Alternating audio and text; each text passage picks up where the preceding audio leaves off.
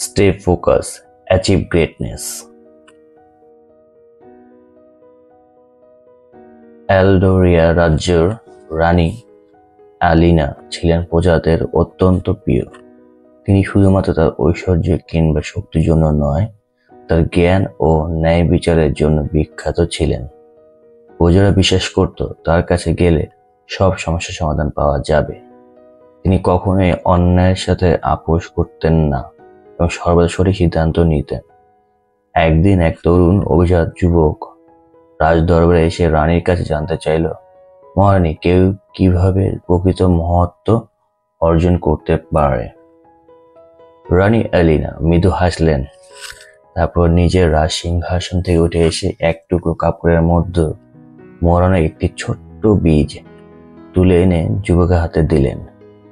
তিনি বলেন, এই বীজটি নিয়ে যাও এবং একে যত্ন সহকারে রোপণ করো। 1 বছর পর ফিরে এসে আমাকে তোমার ফলন দেখাও। যুবকটি বেশ উচ্ছ্বাস নিয়ে বীজটি গ্রহণ করলো। সে ভাবলো হয়তো এটিই তার জীবনের সবচেয়ে গুরুত্বপূর্ণ পরীক্ষা। রাজপ্রাসাদ থেকে ফিরে গিয়ে সে বীজটি উর্বর মাটিতে রোপণ করলো।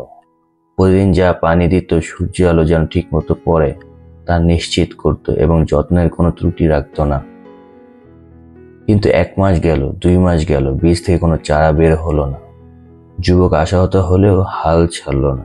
সে তার পরিচর্যা চালিয়ে যেতে থাকলো। 1 বছর পর যখন নির্ধারিত সময় এলো, যুবকটি খুব লজ্জিত হয়ে গেল। তার খালি হাতে রাজদরবারে যাওয়ার কোনো ইচ্ছা ছিল না, কিন্তু সে সিদ্ধান্ত নিল সত্য গোপন না করে রানীর সামনে হাজির হবে।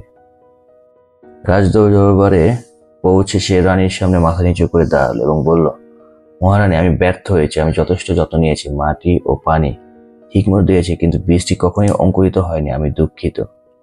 রানী অ্যালিনা শুনে হাসলেন এবং বললেন, তুমি একটুকু ব্যর্থ হওনি, বরং তুমি প্রমাণ করেছ যে সত্যিকারের মানুষ, মহান মানুষ কে। আমি তোমাকে যে বীজটি দিয়েছিলাম সেটি ছিল বন্ধা, তা থেকে কখনোই কিছুই জন্মাবে না, কিন্তু তবুও তুমি তোমার সর্বোচ্চ চেষ্টা করেছ, হাল ছাড়নি এবং সর্বোপরি সত্য বলেছ। প্রকৃত মহৎ আসে অধ্যবসায়, সততা এবং ব্যর্থতাকে মেনে নেওয়ার ক্ষমতা থেকে। রাজদরবারে সবাই বিস্ময়ে চেয়ে রইল। যুবকটি বিস্মিত হয়ে বুঝতে পারল, মহান হতে হলে কেবল সফল হওয়া নয়, বরং সত্যের প্রতি অবিচল থাকা এবং কঠোর পরিশ্রম করাই আসল গুণ। The moral of the story: সত্যিকারের মহত্ব আসে সততা, অধ্যবসায় এবং ব্যর্থতাকে গ্রহণ করার ক্ষমতা থেকে।